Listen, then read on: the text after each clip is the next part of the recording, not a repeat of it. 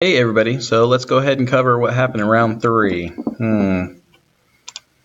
All right, so here are the results for round 3. We've got Andrews, Baldwin, Chester, Digby. Those are the people I'm competing with. Baldwin didn't turn out to do so well, but let me point this out right here. This emergency loan right here is $6.5 million. Yeah, that's not so good either. So my team kind of messed up there, and I know where I messed up. So let me go ahead and point that out. Return on equity 24.5%, Chester 28.2%. Those are going to be the main competitors. There's the Chester with us, so that's good. It's good that we have somebody to compete with. The sales, we got 79 million. They got 88 million. Let's see. Everybody, all the teams are doing actually pretty well as far as their sales. The cumulative profit. We went at 7.8. They did 10.6, so they actually did better this time. I think it's their HighTech market that boosted them. Cumulative profit, we're at 22 million. They're at 21, so we're still in the lead as far as that is concerned. But we have some room to make up. So our sales, 18%, Baldwin 22%, Chester 13, Digby 10. Contribution margin, 42%. So ours is the top there. Why? Because, well, we have higher automation than the other folks, so we're spending less money on our products. But that came to our detriment this last time. As far as the market share, right now Andrews has 20.7. That's my team. Chester has 23, so they're beating us in market share. And we're going to be trying to pull that away from them. So let's take a look at our stock price. Andrews ended up at 32.87, so it still is the top of the market, but Chester's not that far behind. They went up $12 a share, which is really good. Ours only went up $4 because we got an emergency loan, so it looked like we're in trouble. So their market cap actually is higher than ours right now. Earnings per share, theirs is higher. So there you go. So it's interesting to see the stock prices. Had we sold where we wanted to sell and sold out, we would have been up here in the $40 range. Is my bet.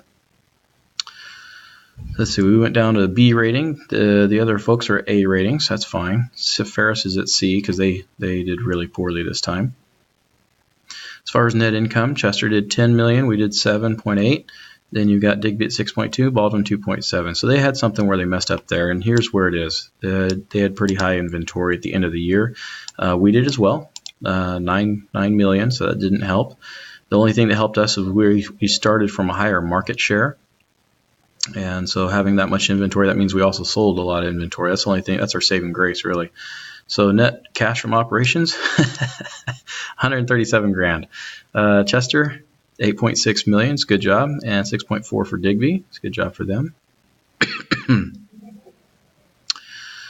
As far as investing in the business, looks like we invested the most.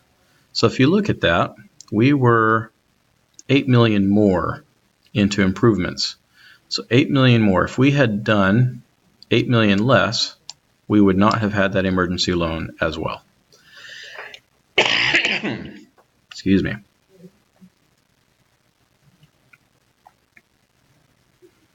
All right, accounts receivable. Now we've moved ours up to a pretty high amount. I think it's like 40 days or 45 days. So you can see they've got a pretty high accounts receivable, which means they've bumped it up more than us, most likely. I know they sold quite a bit, but they've got a pretty high number. Baldwin has a high number, Digby has a high number, so they've increased it over the last couple of rounds, which is good. That's making them more competitive with us. We've put more improvements in, so that's going to help. We did purchase common stock this time to kind of give our stock a boost, which I think it did. Digby sold some of their stock. We borrowed $7,900 long term. They did 4 million. We all paid back some of our current debt. And look at that. Chester took out 5,500. You know what that means is next round they're going to have to pay that back, a short-term loan, but that also means we got to pay ours back. So, you know, kind of even keel on that one. Looks like we got 13 million from our financing. They got 2.9. And we had a net change of 6 million overall, which was just really bad. As far as our cash starting off, we have 0, which is, fantastic. Chester is going to have some money to put away toward their stuff. Good for them. Accounts receivable, we're at 9 million. Chester's at 10 million, so actually they're probably about the same as far as their accounts receivable days that they're allowing people to go. Digby may not actually have changed their number very much. They're probably still at 30.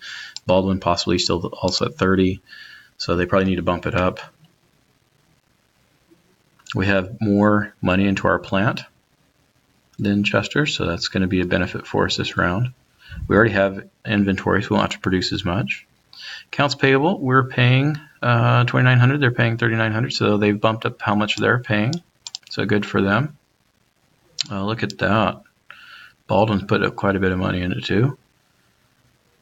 This is our emergency loan. That's our current debt. They have $5,500 for their current debt. We've got $20 million versus their $9 million for current debt. So we've got a lot of current debt we're going to be going through, but hopefully we'll make that all up. Total in value there, $4 million more. As far as sales are concerned, they beat us out on sales. They got $9 million more, and I'll show you why. But it's important to take a look at all of these numbers. We even did profit, $7.8 million. It just wasn't enough to take care of that emergency loan.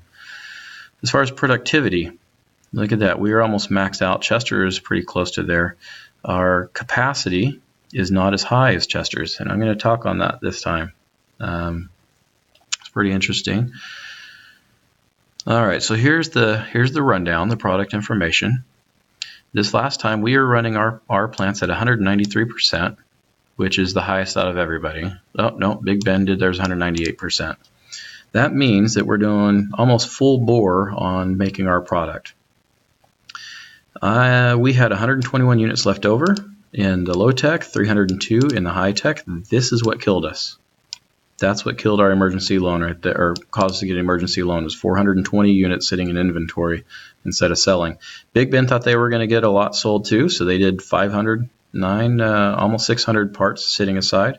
Cake, or look at that, Chester ended up with hardly anything. They lucked out. So they sold out on Crazy.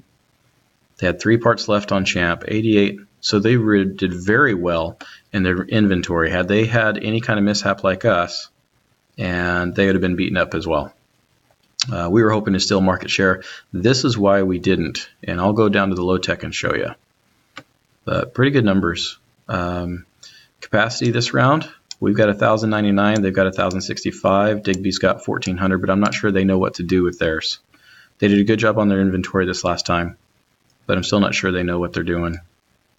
This is why capacity is important. So I want to talk about this real quick. They're at 1,400, and they're only producing 1,300 parts, which means they're only working at 100%. You know what that does? That saves them money in their overtime. So look at their labor cost, $9.57. At 3.5 automation. We're at 193%, and we're paying just a little bit less than them, and it's only because we're at twice the automation level. Let's pick somebody else. Let's see. Here you go. Here's Baker. They're 4%. We'll call this one out. They're at $10.63.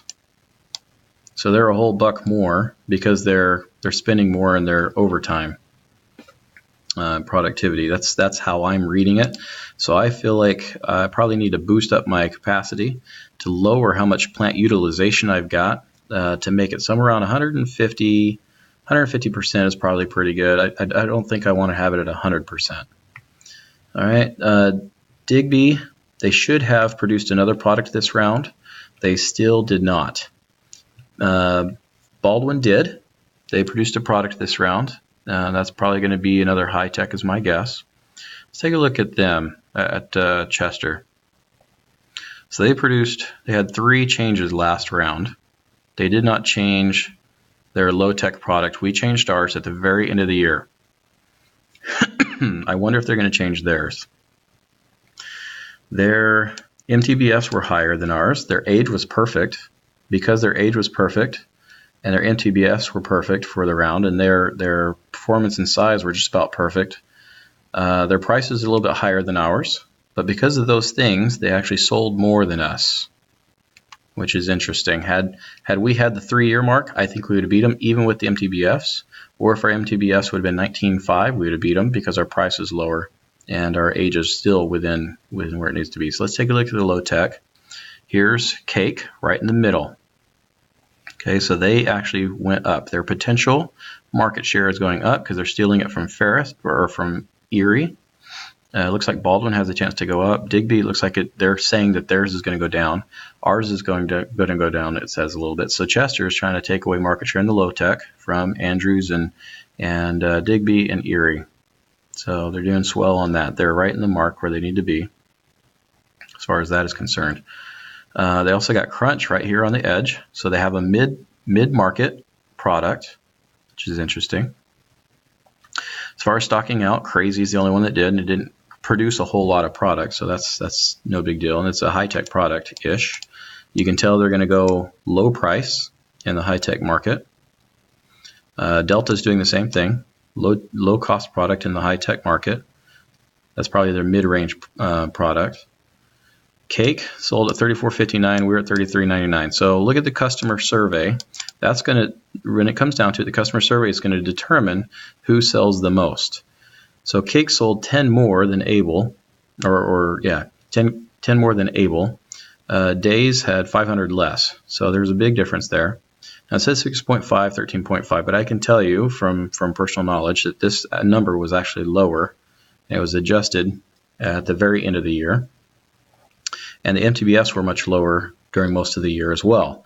So with the MTBFs lower, it wasn't enough to have the price lower by 60 cents per item to make up the difference. But it did. If you look at the customer survey, it did raise that up. Now, customer awareness, Cake has got 87% awareness. Currently, Able has 100%. As far as accessibility, you can see that Cake is at 63%. Theirs is the second highest. Third highest, because Amoeba's at 70%. Okay, so looks like for Able, 100%. I'll have to put so much into that one to keep the awareness high. The sales budget probably may not have to go $3 million this next time because they're at 70%. But it's important to look at the helps on these to see how much you actually have to pump up. I believe each one drops 30% each round, and you just have to see how much you have to bump it back up to get it back up to the 100% for that 30% loss. And that's what we're going to be doing. So age, 2 years.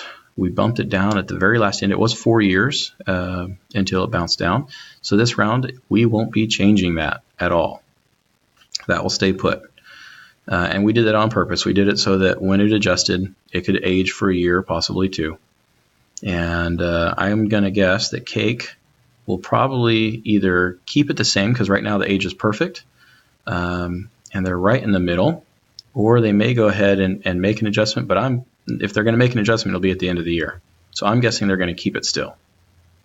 Anybody else do it at the end of the year? No, just us. We're the only ones that paid attention to that. Everybody else is doing just whenever it pops up.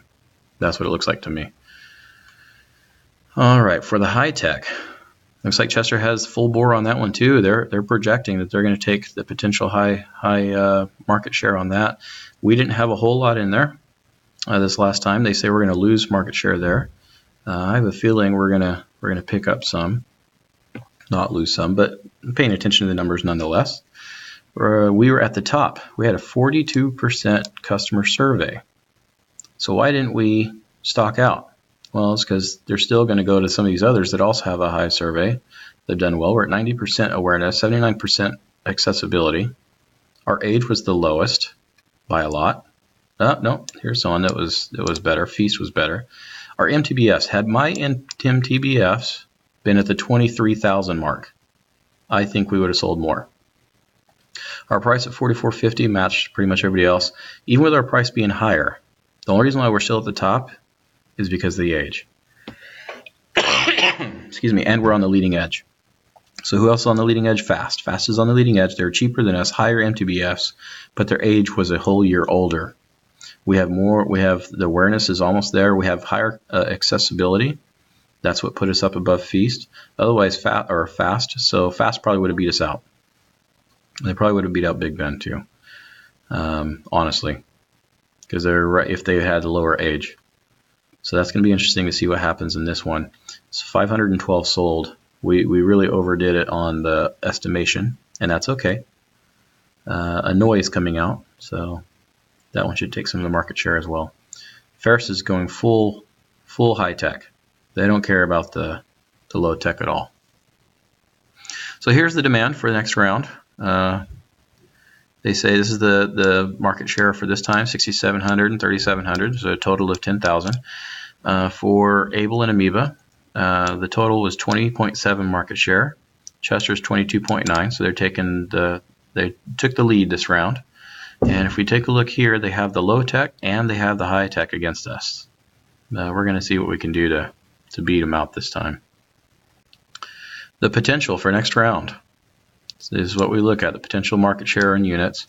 The next round, they're saying that we're going from 22.9 to 22.7. I kind of doubt that, but we'll give it to them. The high tech, Able shouldn't sell any of the high tech. That's just weird. Amoeba is going to go lower on the low tech, see, 0.2. And on the high tech, 13.7 to 12.9. So they're saying we're going to lose market share this time. Now let's take a look, see who else put out high tech products, or who is putting out high tech products. Looks like we're putting one out, and Best is putting one out. Crazy already got theirs out. Theirs is at 0.8 years. Champ came out, that's where it is, 0.2 years old. So they're going to be trying to sell that. It came out in October. So they're going to make an adjustment on that, possibly, most likely. But they went ahead of the curve, or went behind it, because their performance is high. Their size is small. Let's take a look. Yeah, so they went ahead of the curve. Let's take a look at the high tech.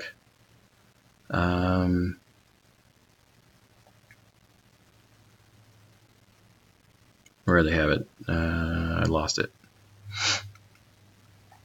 There it is. So 10.2, it's Champ, 10.2, 9.8.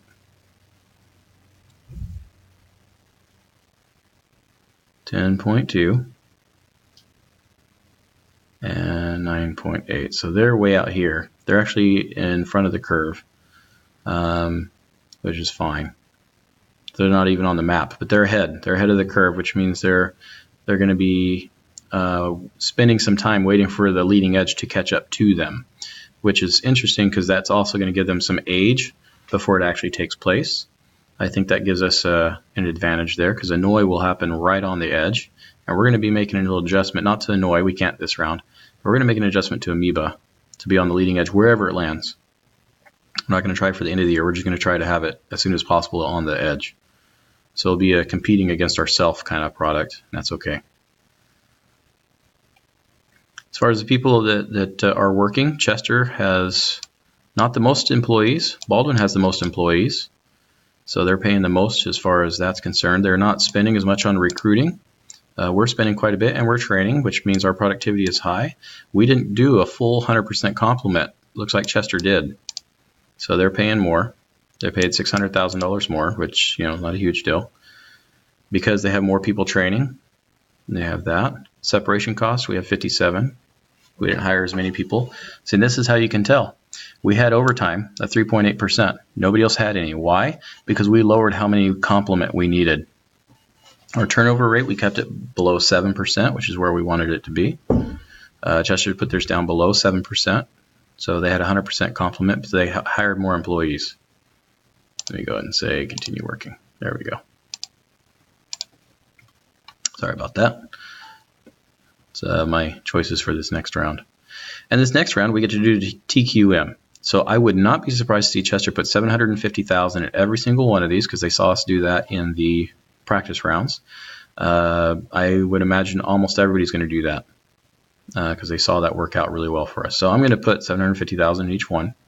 That is the max, in my opinion, that you should put in a round, and you should do it for 2 rounds. And then the third round, it's only 500 if I remember right, based on what CAPSim says. So that's it. That's it, folks. Looks like Chester is the winner of this round, so good on them. So this is where I'm going to be focusing on this chart in the high-tech product and also in the low-tech product to see where I match and see if I can lower the sales budget while at the same time increasing that customer accessibility. So there will be some increase there. Now, I want to keep this customer survey high. We'll probably be lowering our price could keep us competitive. If they're selling theirs at $44.50, we're probably going to bump ours down just a dollar to $43.50 if we can, because they might bump theirs down to $44. And at this point, it's all about beating out the competitor while staying profitable. Hope you enjoyed. Thanks. Bye.